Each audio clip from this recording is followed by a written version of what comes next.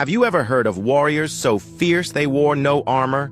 So wild they entered battle in a trance, growling like beasts, their eyes blazing with fury? These were the Berserkers, the most feared Viking warriors of all. Before we dive into the mystery and might of these legendary fighters, tap like, share this story with someone who loves Viking tales, and drop a comment below. What would you do if one of these warriors stood before you? Now, let's unlock the legend. In the height of the Viking Age, tales spread across Europe of a rare kind of Norse warrior, the Berserkers. These men were unlike the rest. While most warriors fought with discipline and armor, Berserkers entered battle in a state of wild intensity. The word Berserker likely means bear shirt, referring to the animal pelts they wore, or perhaps bear shirt, suggesting they charged into battle without armor, relying on their raw strength and courage alone. Before battle, Berserkers would work themselves into what the Norse called Berserkgang, a furious trance.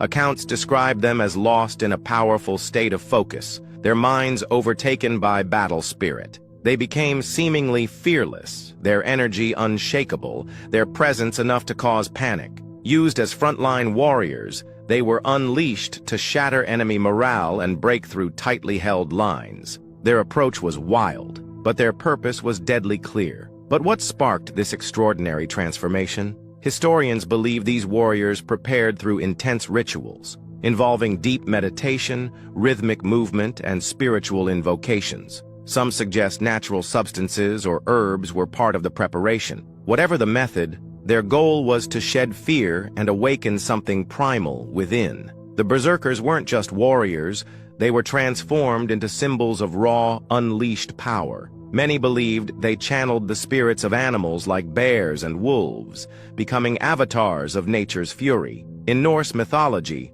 Berserkers were closely linked to Odin, the god of war, wisdom, and divine inspiration. Odin was known to favor chaos on the battlefield, and Berserkers were believed to fight in his name. To fight with such fury was not just strength, it was seen as divine favor. The sagas tell of warriors so committed to Odin's path that they could not be stopped by ordinary means. Their enemies often believed they were protected by magic or fate itself. But outside the battlefield, Berserkers were not always welcome. Their intense presence made others uneasy. Some struggled to control their fury, even in times of peace. In Icelandic sagas, there are tales of Berserkers being exiled or brought to justice when their power became a danger to their communities. As Norse society evolved and Christianity spread through Scandinavia, these warriors became increasingly rare. By the 12th century, their presence faded from history, though their legend never disappeared.